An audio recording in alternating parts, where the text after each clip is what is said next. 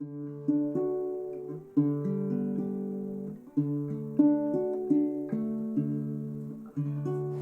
Let's go. Let's do it, he says. The Wrap. George Ringer, a week off. Geez, we're both wearing black. Oh, what a nice quiet saloon tonight. I like this. I'm starting to get down to his size a little bit. So anyway, well, we might start dressing alike as well. So. Well, you got to remember there was a time that I was probably about 15 pounds heavier than you. Yeah, we've been working our way through. Yeah, so, that's all right. So, yeah, you're doing well. Thanks. Yeah. So let's talk Super Bowl before before it escapes our brains. And we after taking last week off, we got to start there because the NFL got another one. They got seven great ones in a row. 7 close ones in a row come down to basically the final possession of the game. So the NFL had to be happy, and I don't think anybody was really too surprised that it was that close. No, I don't think it was either. And it was, at that point in time, I'm not even sure that this game was as well played as those playoff games. I mean, it's just like every playoff game tried to outdo the other. In this case, I'm not sure that they were able to do that. There were some mistakes made, but all in all, I enjoyed the game. I watched each and every play with enthusiasm. I wish I could say that I did the same. Yeah. That I got to watch all of it because I didn't. But that's another story. But I think I got the gist of it. I said that it was going to be low scoring early and score late to see what was going to happen. Yeah. It was just the opposite. The team scored early, and then things. After Cincinnati scored early in the third quarter, it just calmed. It just turned out. I knew that things were really weird when Cooper Kupp throws the pass to Matt Stafford, and I mean, and the pass went nowhere. And why they even? The first thing that the coach should do is rip that page out of the playbook and never do that one again. And but now he's our coach. He's our head coach. Now what are you saying? You don't want to see him do that as the the coordinator, whatever. I watched that and I just thought, no. In the Super Bowl, no. How could that happen? But they did. The thing of it is that Kupp played. What do you have? 6-7 catches, but 8 if I remember right. For 92. 92. But there were some key catches, including a touchdown. And so I really think in terms of a multi-talented back and receiver and everything else he plays, he's as good that's playing in the league. And I compare him to what he reminds me of actually is like a Paul Hornung type character who is capable of throwing the ball, catching the ball. And when Hornung went from college where he was a quarterback to the pros, they turned him into a halfback. That he just wasn't working out at quarterback, but he was that multi-talented back that we see today. And I think that Kupp is one of those. Now the other one is Aaron Donald. It's just like I try to take a look at an offensive lineman and thinking, how would you block him? It's not like one-on-one. No, and there were times that it was 3-on-1, and he was still taking so much away that somebody was able to scoot and pick up. But there were just comets going through that offensive line, especially on the right side. And I understand that they're rookies and they're hurt, but that right side did not play well. I don't think they're a very good offensive line because of it. And when you play a team like LA.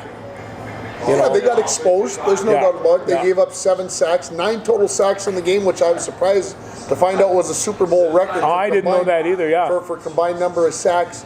I guess the big thing that surprised me out of the whole thing was that Aaron Donald started talking about retirement. Well, before the Super Bowl, that if they win, well, maybe this will be it. I'm like, really? You're at the top of your game. Now I know there are others that have been quit at the top of their game. No, you know what everybody said when Jim Brown retired. You've only Barry been Sanders. They've got other things on their mind apparently. But just in terms of a person that can play any interior defensive line, including both edges. That is a football player that's worth recognizing. He will be in the Hall of Fame. First vote. Oh, no doubt about that. Yeah. So we talked a lot, or I should say, I talked a lot about Cincinnati's defense. Yes. Did they get the job done? I thought they did, and going into, LA won in a couple of quirks, and that's kind of the way pro football goes these days. But for the most part, the defense held to their scheme. They covered Coop. I mean, like eight receptions from a guy like that, and I noticed that they weren't running him one-on-one either. But once in a while, they get caught in that zone, and he's running that edge, and he's got those magic fingers. You know, he's a big guy. He's 6'3". He's about 210, 215 pounds. He's a big, solid football player, and he's got magic fingers, Tim. He's got those magic hands. The Rams rushed for 43 yards, I believe, if I saw the number right, correct.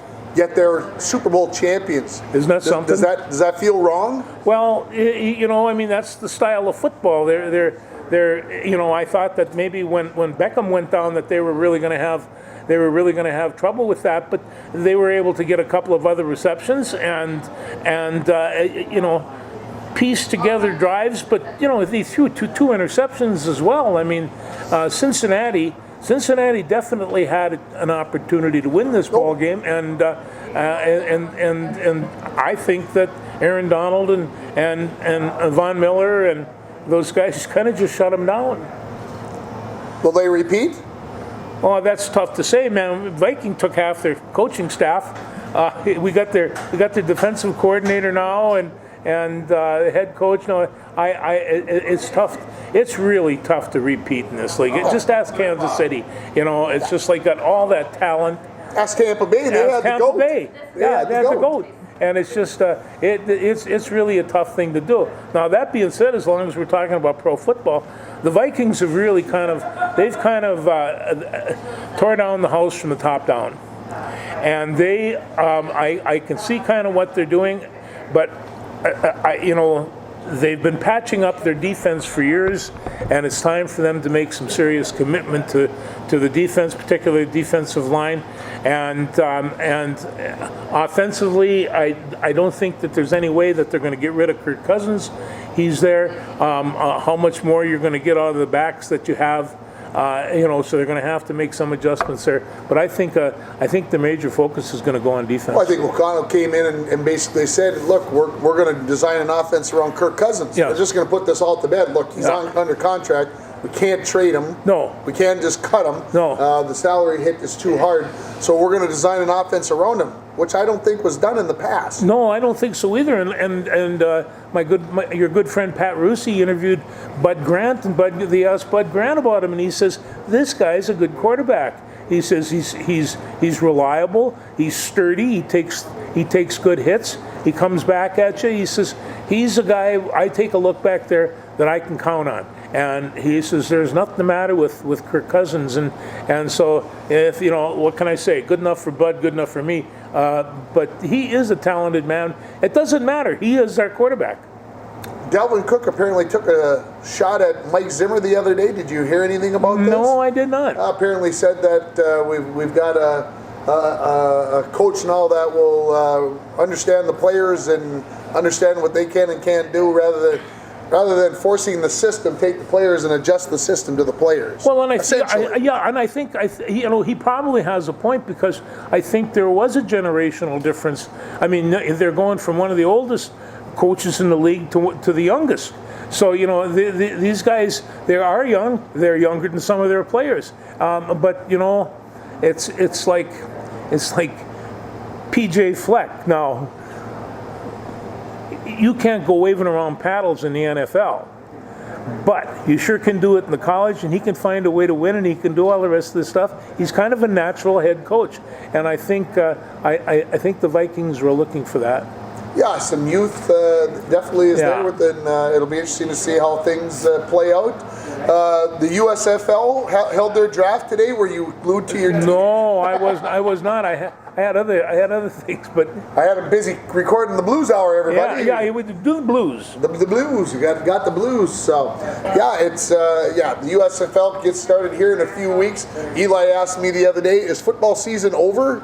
And I said, when the Super Bowl gets played, the season's over. I said, wait, the USFL starts in a few weeks. He's like, what's that? And I'm like, buddy, I don't know if I can explain. You're only 7. I don't know if I can get this through. I tried, but I don't think I can. Well, put it this way: we're about 10 weeks from the Gopher spring training game, spring football. So this just it rolls and rolls and rolls, and I'm not. I think right now college sports per se is a real roller coaster ride. So you never know what you're going to get in terms of entertainment, but it'll be fun to watch. Combine gets started here. They think they got the rules so that the guys don't have to wear masks. There was some big to do about that early in the week. I didn't look into it, but so yeah. Anything else football wise before we move along? No, I think we're pretty much covering it. I was talking to my friend down in Chaska, and he was telling me about a big Frank Guru from Detroit Lions, and he says that they're really looking down there to draft some people basically around him. He might be the best offensive center in the league, and so there. But he was telling Greg that there were some good things that were happening. He says, "He's here for a wedding. You should have come on." Yeah, Greg, don't give me that. Anyway, it's football's always on people's minds. There's nothing they can do about it. That is. Yeah. So, well, let's talk about the Olympics a little bit. Let's do that. What was the big story?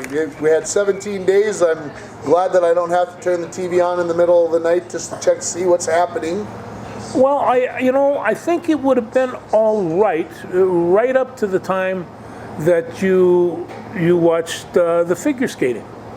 I would like to say up until I watched the figure skating, because I watched maybe 6 minutes total, 7 minutes total of the figure skating throughout the entire 2.5 weeks. Yeah. That's about how much of it watched, because you knew the controversies were going to be there, and it just it's too much drama. Well, what happens? You have an athlete that you see basically whose performance just crumbles in front of you. Now, when that athlete is 22, 23, 24, this happens. When the athlete's 15 and you watch it crumble, and then people are really, really ripping her up, that's abuse. And it's like if sports is nothing else, and you've heard me say this over and over again, the kids are not there for us. We are there for them, and we forget that. And you know what I mean? When these kids become national commodities, when these kids are basically put up for sale by the Olympic Committee, because this has everything to do with sales. I think at the very least they have to raise that age to 18. What I saw was one of the worst demonstrations of sports in a long, long time. So we have this 15-year-old Russian skater. She has a banned substance in her system. Says that her grandfather's taking it. Like I said, I'm getting this via Twitter, via ESPN, because like I said, I wasn't watching it, and so then she competes in the individual. She's in first place. Everybody's freaking out. Then she takes 4th place after the long skate, and everybody's freaking out, not because because she won, and not because she lost, but because of how the people around her acted when she lost. Well, the one that took first was a teammate, and the one that took second was mad at the one that took first. And so there was this kind of a thing going on. But the girls should not have been allowed to compete, and they were trying to make exceptions because of her age, but they have no problem putting that kind of pressure on her. And it's I guess to me, if that person would have been 22 and that he or she would have had it in her system, they'd have been banned. But because she was 15, see, to me, then if you're going to say, well, the age has something to do whether they should be banned or not. What are we saying? How do you? Was there any repercussions for her having that in her system? She's simply a 15-year-old cheater, and at that point in time, the way they have the rules laid out, I mean, I would imagine that these doping rules are very complex. Well, and the thing about it is Russia can't even come as Russia. They got to come as the Russian Olympic. Why? Whatever. because of doping and cheating, and then this happens, and then we go, well, it wasn't her fault. Well, it doesn't matter whose fault it was. She had it in her system. That's what I don't get, George, and that's why I don't want to watch figure skating anymore, because to me it's a whatever. Maybe that's why we shouldn't be watching the Olympics. Well, anymore, no, and I think that a lot of this stuff might not have taken place, except that China took this project on in somewhat of a fraudulent mind, and when they decided to take it on, the world was a whole lot different place. And I think that in order to be invited into a totalitarian house to do this type of thing and watch another totalitarian participant work her way through that, you have to take a look and say we've lost what sportsmanship is all about, which happens in the Olympics, but it also, you might be surprised to learn, it happens in NCAA basketball games. I was horrified to read this morning that our Jim Souhan was blaming the reason for this. He basically blamed Juwan Howard's tirade, his hissy fit, his, what's the right word so I don't get myself the hissy fit covers it. He blamed it on Greg Gard. Oh, I know he did. Yeah. And then he said, let's get rid of the handshake. The next thing I saw was, let's get rid of the handshake line because it's too volatile of a situation. Well, if we can't train our 18 to 22-year-old young men to walk through a line and shake hands after we compete against one another, okay? I may not like you, okay? But when we compete on the floor, we better compete against one another. But when the buzzer blows or the final horn goes out, whatever, shaking hands in wrestling, you better shake hands. Shaking hands in wrestling is part of the rules. And I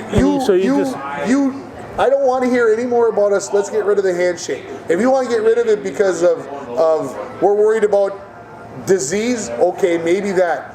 But because we can't control our emotions after a game, that's part of what sports is all about. Is about controlling yourself. That's what we're trying to teach these people.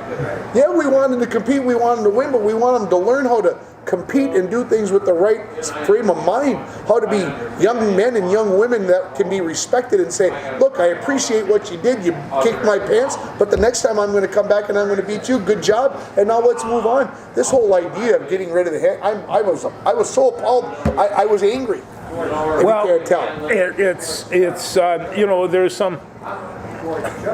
Right now, Michigan has not had a very good year. Unless they pull it together and are able to come up with something, they may not get invited to the NCAA, and that was something that was kind of a given. Number two, this year last year at the Big Ten championships, Coach Howard, he had a little problem then too. So this is not the first time that he's lost his temper, and there are some guys that can't control there's a difference in temperament between a coach and a player.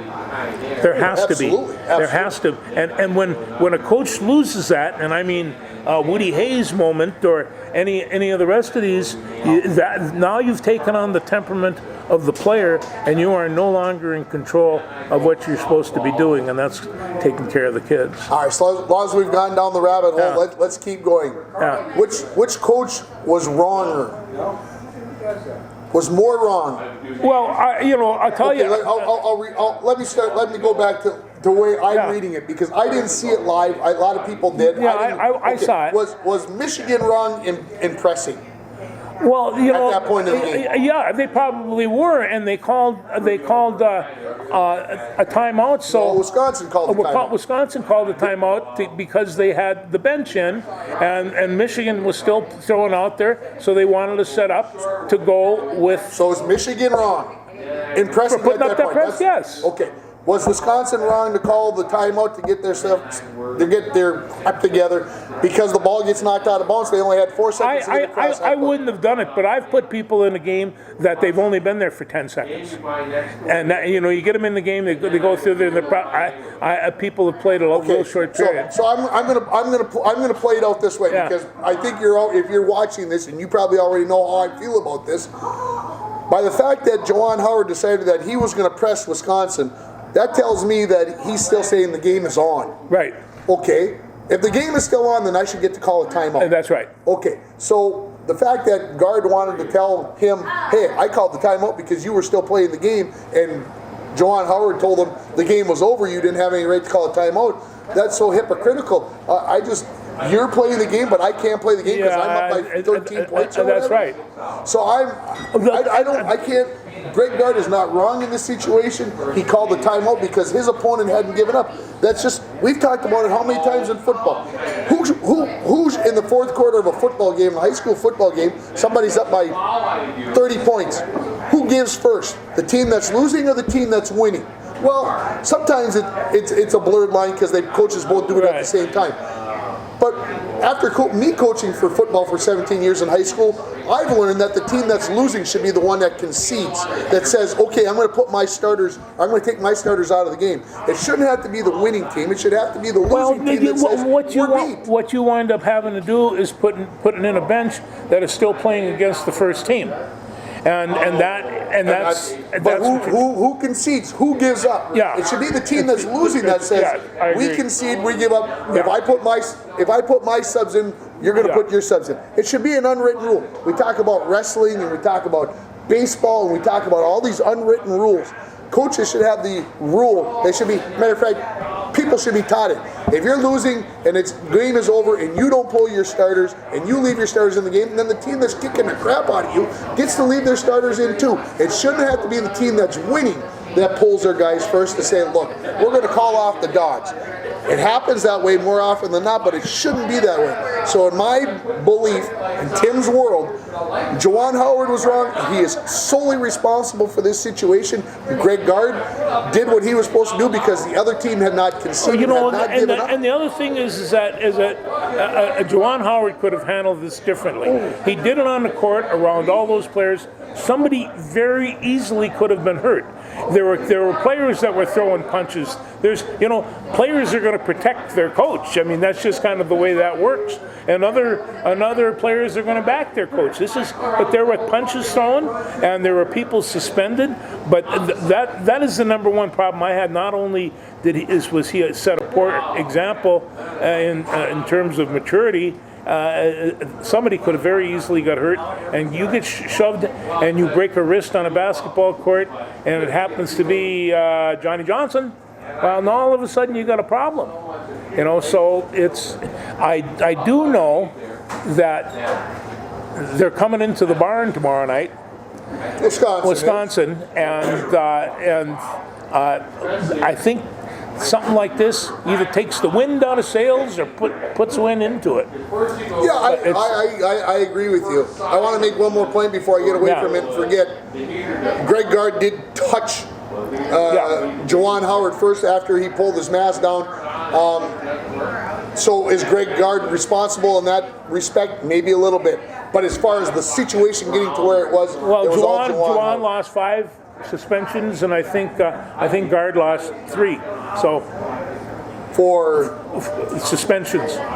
Last I heard, Greg Gard was not being suspended at all. I thought okay. It could have changed during the day. Okay. I might have missed it. Oh, okay. But Howard got 5 games and a $40,000 fine, and Gard got no games and a $10,000 fine. Oh, maybe that's okay. The way I heard it. Now, Wisconsin is coming to the barn on Wednesday night. They are. When most of you probably just get a chance to watch this. And I agree with you 100%. This could be either a big detriment to this team or a big boost. Now, of course, a lot of these Wisconsin players are Minnesota kids. And they're coming to the barn and they want to make sure that they don't drop the ball. Many of them for their last time. And it's, and on top of that, we've been watching Davidson play for an awful long time. And I've enjoyed watching him play. And of course, we knew his daddy and knew his grandpa and grandma. We knew everybody, and this kid's been an important part of that Wisconsin basketball team for a long time. And he's going to come into the barn, and I hope he has a good game. I hope he does well, and I hope Minnesota beats him. Okay. Yeah. I'll back all that up. Yeah. So. How about the NBA All-Star game? I'm going hodgepodge. So hodgepodge. I heard you watched like one shot by Karl Anthony Towns. Well, I did, but I got the highlights the next day, and they had it on Stephon Curry, and I'm thinking, what kind of human being is this guy? Obviously, the All-Star Game is a different animal. Yeah. But the way he was hitting shots, guarded, not guarded, doesn't matter. No. That makes 16 threes we know how Steph. How do you even practice those shots? Because he's bored with if it's inside of 25 feet, he's got to go practice them from somewhere. Yeah. 50 points, 16 3-pointers. If you haven't had a chance to go watch some of the highlights online yet, and I have a hard time believing if you're a sports fan that you haven't, it's kind of fun to watch. Well, it is, and that's the game with no defense. I remember who was it, Loyola Marymount in California. They didn't believe in defense for a couple of years. They just, well, how many points they score, we don't care. We just got to get more, and it's just like so. I've never believed that, but I had to chuckle. Monday morning, I get up because I didn't watch a play. First thing, I pick up my phone, I flip it on like this, and the first thing I see is LeBron James hits game-winning shot to win. I'm like, okay. So I flick on the thing and I go, oh, here's the highlight. All right. And I look down at the scoreboard. Team LeBron 161, Team Durant 160, and LeBron hits a shot at the buzzer, and they win. yeah. But they made it sound like he hit the shot at the buzzer to win. I'm like, my God, they are so desperate to get anything positive about LeBron James because the Lakers absolutely are abysmal that they'll do anything. They'll even lie to a sports guy and try to make me believe that he actually hit a game-winning shot. No, I'm so disappointed, ESPN. I could. Well, it's one of those things. I mean, and it all comes to a halt for all of us. But LeBron James is not going to be able to probably ever play at the level that he played even 5 years ago, and that's just kind of the way it is. Karl Anthony Towns wins the three-point shooting contest. Is that a shock? It was. Well, it was a little bit. That's a big shock for me. Yeah, I mean, I think he's a good three-point shooter, but is he the champ? He got stroking, and I saw a picture of him holding up that trophy, and he had a big smile on his face, and he says, I wasn't down here to show off.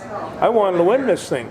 And there was a few bucks involved, and a whole lot of, Here's how I feel about it. This can feed the beast because Karl shoots a lot of threes, sometimes good, sometimes bad. Okay, I understand it's part of his game. But now that he's the three-point champ, guess what's going to happen when they play the first game on Thursday?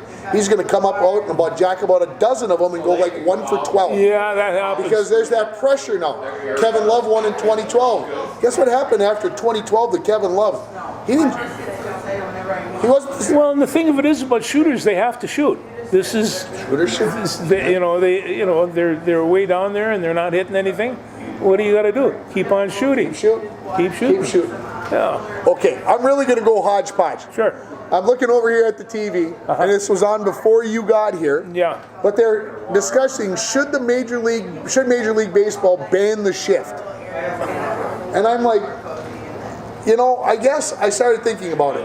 The NFL says you got to have 3 guys. You got to have a certain number of guys on the line of scrimmage. You got to have 7. You can't have 6, you can have 8, you can have 9, you can have 10, but you got to have at least 7. Okay, you got that.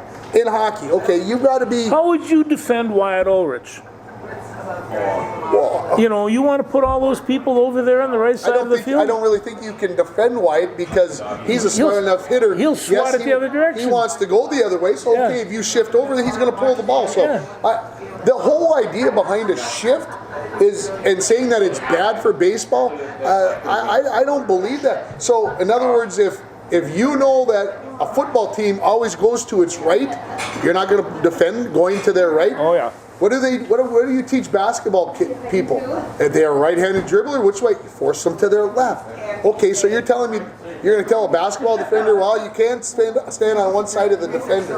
So to me, the shift is designed because we got baseball players who can only hit the ball to one side of the field. They're not good enough hitters to be able to hit the ball the other way. Yeah. Now the anti-part of that is there's an unwritten rule, which we just got done talking about the unwritten rule, that you can't bunt against the shift. Well, that's ridiculous. If teams can shift, and this is where I'm sure there might be what they're talking about over Slide that bunt down the third base slide line. the bunt down the third base. Well, wait a minute. That's ghost. You can't do that. Well, I can't bring a fifth defender in. Okay, I'm not supposed to hit home runs. I'm not supposed to steal bases. Oh, wait a minute. What? Okay. What are you trying to do here? Can I throw the football when I'm up by 30 points in football? Can I shoot a 3 when I'm up by 25 points in? Okay. The point is made. Let them shift. That's being smart to me. But if you're going to shift, then you can't complain if somebody bunts. No, you can't. And I remember one time we were beating up a team. Our football team was beating up a team, and I says, "Okay, we got 2 minutes to go. I want nothing but quarterback sneaks." He ran a quarterback sneak and went 60 yards for a touchdown. What am I supposed to do? There definitely is that. Things do happen. Things do happen. So, but should you be throwing the bomb? No. No. But could you be throwing short passes? Yes. So, Major League Baseball. Let's finish the thought. Yeah. Are they going to be playing baseball on opening day? I can't believe that there's two supposedly intelligent groups shooting themselves in the foot like this. They could be scraping the cream off the top, and they can't get it together enough to be able to do that. And it's I don't want to point. You and I don't understand it. Yeah. Because we have enough money to survive to get by. For those guys, having 8 billion owners, I'm talking about now, having 8 billion is not enough because 9 billion would be better. Or because you've got a brand new stadium, I got to have more and more and more and more and more. And the players are kind of the same way, and I understand there's a big pot here. There's plenty for everybody to be fair. And of course, the last 2 COVID years, or 2020 COVID year, when there were no fans, the owners are looking to recoup some bucks. They definitely lost some money. No doubt about it. However, there's so much there, like you said. And on top of that, these fancy-ass stadiums that these people are all working in are all taxpayer funded. And so we are, in effect, subsidizing these rich billionaires. And you might say, well, the players are millionaires. Yeah, but their season in this game is short. In football, 3.5 years. In baseball, what, maybe 5?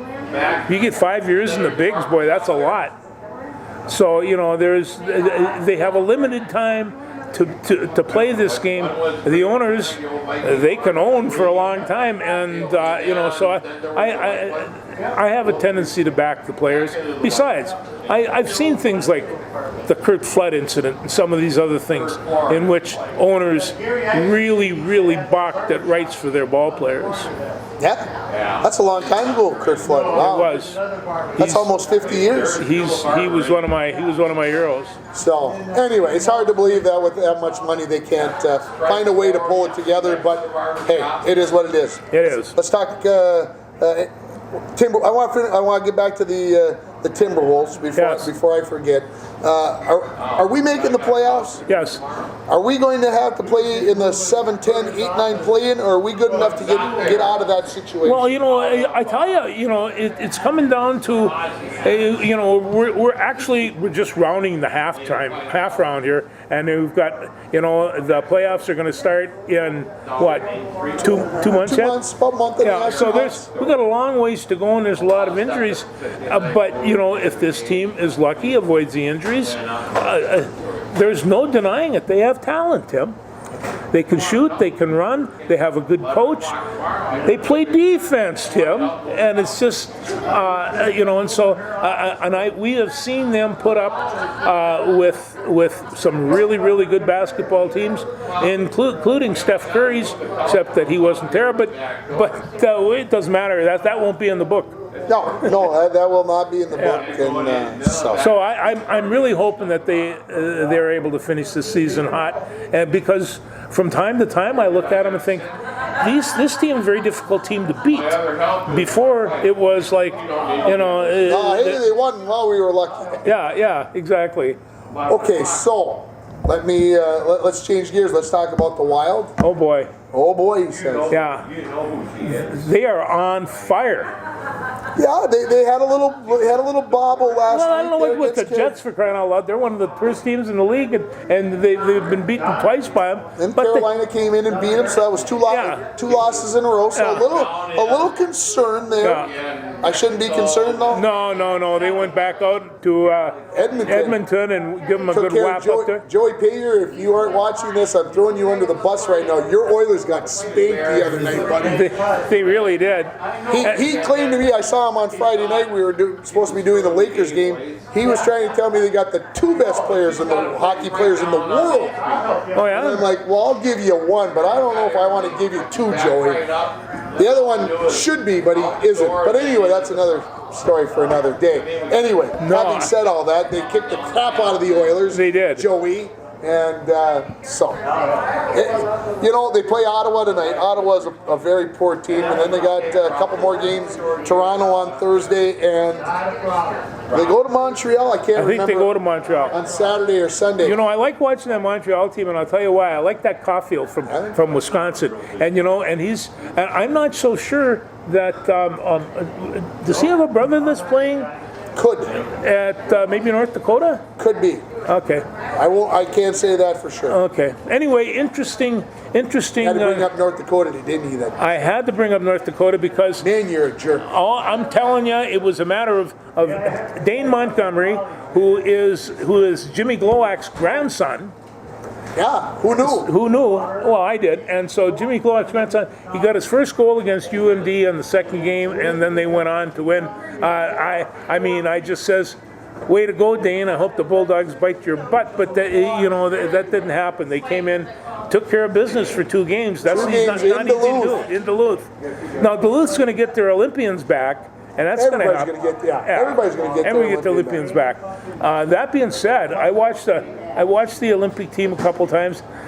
It was fun to watch the college team at that level and not necessarily the NHL guys. Can I say something derogatory? The uniforms sucked. Oh, the uniforms were bad. Were horrible. Who comes up with this idea if you're going to be watching it on TV? You don't put a white number on a white. Yeah, I know. If it would have been a football game, would have been possible to find. Anyway, the college teams get their stuff back. The scary part is the Gophers have been making a run. Gopher hockey has been making a run. They got a chance to win the Big Ten title this weekend. UMD. They keep fiddling around here. They may not get a home series. Well, I know it. And it's what are they? They got St. Cloud coming this weekend. St. Cloud today. Today. A matter of fact, as I look at the clock at 6 o'clock, I think they start about 10 after 6. Are they on TV? That I don't know. Okay. That I'm not sure of. They've got to find a way to win some games here. And hey, you got to think about this. North Dakota is a good team. As much as I hate to say that out loud, they are. Okay, Denver, Western Michigan, they're all in the top 10 in the RPI. And then you put the Bulldogs in there. I mean, there's not many weekends when you're not playing some top team. And as long as everybody's putting their foot in their mouth, I'm going to say right now, for the Big Ten to snatch up all the Big Ten teams and say you will now play in our conference, didn't do a thing for Gopher hockey. It's just like they had that WCHA. It was the strongest conference in the country, and Big Ten was a bunch of also-rans, and they scooped that whole thing up on account of a couple of teams. Now, I have to admit, Michigan, Ohio State, Minnesota, Wisconsin, they're all pretty good teams. Penn State think that they even had a hockey team, and so they're. And then they bring Notre Dame into the fold. So they bring Notre Dame into the fold. So. Yeah, when you look at it and you think, okay, we're only a few weeks away from the NCAA tournament, and you're going to get 16 teams in there. I mean, the teams we've mentioned, Michigan, Minnesota, North Dakota, Western Michigan, Denver, UMD, they're all in. I mean, unless they have an epic collapse from here in, they're in the tournament. But I will admit my Bulldogs are offensively challenged worse than they've been in a lot of years. They have. They need to go out and find a sniper. But I just want to remind you of last year. Mankato, St. Cloud, Bemidji, UMD. Oh, did I fail to mention the Gophers? That's because they didn't make it. And so, it can be a very different deal. And also, I'm not sure with hockey. I don't know this for sure, but it doesn't seem like they're using the portal quite as much as other sports. No, I don't think so. No, no, I agree. That usually is not there. That's for sure. So, college hockey, the women, they're already starting their Yes, they are. WCHA is starting their playoffs, and Minnesota is now the #1 team. Wisconsin, I don't know. I haven't done my homework enough to know why they've fallen from grace, but Minnesota's #1, Ohio State's #2, Wisconsin's #3, and Ohio State swept Wisconsin this weekend. That just kind of puts everything in order, and we'll just hope that the Bulldogs, who are #4 in the WCHA, and I think about 6 or 7, with the new, I think there's 11 teams that make it. Those 4 teams are definitely in. And we'll see what happens from there, but the WCHA women's hockey is good to go. Well, and then there's the girls' state hockey tournament starts this weekend. And on Wednesday, I could have brought the whole list, but Albert Lee plays Proctor Hermantown, and then 6 p.m. on Wednesday, River Lakes plays Warroad. And and as long as we're on the subject, on the Minneapolis paper on Sunday, they're going to have the 50th anniversary of Title IX. Okay. And they're going to talk about just what kind of effect over the course of 50 years Title IX has had. And I mean, I've been in a situation where I've been able to watch this for a long time, and Title IX's been just absolutely amazing. I not only say that for the amount of athletes that they've turned out, but the amount of athletes that I went to school with that never had the opportunity. I'm going to play the negative, because that's kind of what we do here. The bad thing about Title IX, if there is the fact that some in the wrestling, some of the track and field teams have had to go the way of the dodo because of the numbers game. Yes. I'm not trying to be the wrong, but it disappoints true. me that we can't find a way to let everybody participate and do the things. I know there's the equity thing. I understand it, but to me, there shouldn't be teams cut in the name of gender equity. We should be adding teams, and I understand money's an issue, but there's plenty of money out there at these universities. So, okay, I had to speak my piece. And so I was taking a look. A couple of things hit me in the paper today. They had an all-metro girls hockey team. They had the first team and the second team. This was 6 kids in a team, 12 girls. Everyone was going to a major university. We are getting this education thing across to these athletes, and to do this over the course of 50 years, I think it's huge. And another buoy I want to light up is this year on the 4th and the 5th or whenever, they're going to have the first girls wrestling tournament, and there's 250 girl wrestlers in this state, and I would imagine that some of them are really, really tough, and I tell you, I used to say to the girls, and I found that girls that participated in interscholastic activities were like 75% sure they would not suffer from domestic abuse. Why? Well, because they're tough. Some of the girls that I coached, I don't know why anybody would want to hit them, except that you're going to get really hit back. And so, you see these, and it has created a whole different deal. Now, I got one more thing about this, and this is something that you probably even know about. This is a young lady, Tori Orline from Crosby Ironton. Okay, she made Minnesota girls basketball history by becoming the fastest player to reach 1,000 points. Okay? I was not aware of this. Keep going, George. She scored 43 points in a win over Aiken. It took her 40 games, Tim, to get 1,000 points. She's 25 points a game. She's an 8th grader. She's an 8th grader. So the Broncos are going to find out about this girl because they play them on Saturday. Well, there you go right now. So I give you a scouting report. But this was jotted down by Mrs. Susan Frake, and she says, "Here, you toss that one down there." And I started thinking, 1,000 points in 40 games, that's a lot of points. And so this is things that you didn't think about when girls started playing basketball, or you knew they could run fast.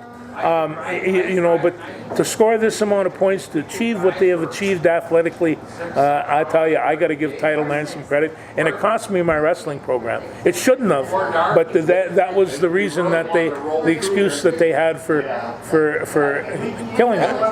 And I said, well, what? And I did this. Well, what about the swimmers? Well, they got a pool. I says, well, you mean if I had a wrestling room, we'd be fine? And they'd look at me, by this time, I'm being totally sarcastic. And I didn't ever attempt to make the school board look like a fool, except that one time.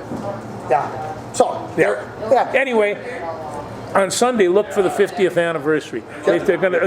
There's a story there about Mari Millen, and she's from Edison, and she is going to wrestle in the wrestling tournament. State wrestling tournament? Yeah. Yeah, and the girls hockey tournament, you want to start talking about equity, so we know how much whatever on attendance and all that other stuff. We get all 4 days of the state boys hockey tournament, right? Yeah. We only get 2 days of the girls state hockey tournament. Well, that's right, and I think that's going to be part of the evolution. And on top of that, did you see that the women's soccer league got themselves a nice little settlement? And not what all they wanted, but they're going to get equal pay. They're going to get equal pay, and they feel bad about for all the one that came before them, but they also are taking hope in those that are coming after, and that's the important thing. It really is. Besides, women's soccer in this country has taken off. They're really good. They've been extremely successful, a whole lot more than the men, and it's. You win, you should get paid, I think George just said. I think that's the way he's trying to get across. So state hockey, girls hockey tournament this week. Yeah. Next week the state wrestling, then the state boys hockey, then girls basketball, then boys basketball. Yeah. So the next 5 weeks completely filled. The madness has begun. Yeah. The craziness is upon us. Just hang on for the ride here. Oh, I hope we can settle down and watch some baseball. Well, that could happen. So, of course, since we spoke last, the girls' hockey season came to an end. The boys' hockey, I was supposed to be at a hockey game tonight. Matter of fact, right now the game was supposed to be underway, but it got postponed. That's why we're doing this on a Tuesday. So Wednesday, the Bronco boys, when most of you get a chance to watch this, will be playing Duluth-Denfeld. Let's hope they can pull an upset and go play at Amsoil on Friday night and really make my life interesting, because I'm going to be broadcasting the section boys swimming and diving meet coming up Thursday and Saturday. No, this is good. This is going to be a first. You're televising out of town. This is we're televising for all 7 teams in the section, and I think a lot of other schools are failing to see that that's what we're doing. That we're not just doing this for the Broncos. We're doing this like we're cheering for all 7 teams. We're doing this like ESPN. We're doing this like. This is exactly what those guys in Virginia did, and they were highly successful with it. And they wind up with a mobile unit, Tim. Well, you'll someday have a mobile unit. Maybe have a mobile unit. Well, congratulations. I mean, you're doing some great sports, and sports that people don't ordinarily get a chance to see. So, yeah, girls basketball comes to an end this week. Their playoffs get started next week. We'll see. We'll probably end up taping the show on a Tuesday next week, because I'm pretty sure I've got basketball Monday, Wednesday, Thursday, Saturday, possibly next week, around a Friday game as well for a regular season boys game, and I'm going to be doing a region Pee Wee A hockey game on Saturday morning in a couple of Saturdays. Oh, so hey, let's keep adding to the funness, and we'll get things done. So we do that show next Tuesday. That's Fat Tuesday, Oh, it's Fat Tuesday because Lent starts on Wednesday. Don't forget that. We got to have our final party before we get things rolling. I've been doing Fat Tuesday rolls for a while. Is the next spot, the next. What else do we got to talk about? What haven't we hit on? I feel like we hit a lot of stuff. We really didn't talk too much about the Gopher men's basketball team and the turn that they laid last week on the road at Penn State and Ohio State. But they did real well against Northwestern, and without Peyton Willis, they came across and got a few points. And Luke Lowy, I mean the fisherman, he grows on you. Yeah, absolutely. And so, and also I think all of a sudden you started seeing, Curry was out for 2 or 3 weeks. He had to get back into game shape again, and so he is just now coming on for that. I just wish he was about 3. I think Eric Curry, if he's not a player of the year off of this team, for him coming back and doing this and being a power forward center and handling that inner, I'll tell you, he's done real well. And I do know that Luke Lowy bought himself a new bass boat, so they're ready to go. What else you got on that tablet of paper? Anything else that we need to address? I think maybe. I said, I know the playoffs. No, it's just we got the Wild tonight, we got the Gophers tomorrow night, and on Thursday the Wolves. And we're hoping for more sportsmanship all the way around. And the Ottawa Senators just scored on our Wild. That's tough, but they'll come back. They'll come back. Come on, we got to have faith in the Wild. Let's go Stanley Cup this summer. That's the way it's going to be. That's the way it's going to be. He's got his wrestling shirt on. I do. He'll have his wrestling shirt on again next week because that's when the Big Tens are as we get the craziness going. I got a pile of sports t-shirts and I just picked the one off the top. All right, Judge, thanks. Yeah, thanks, everybody. We'll see you next week.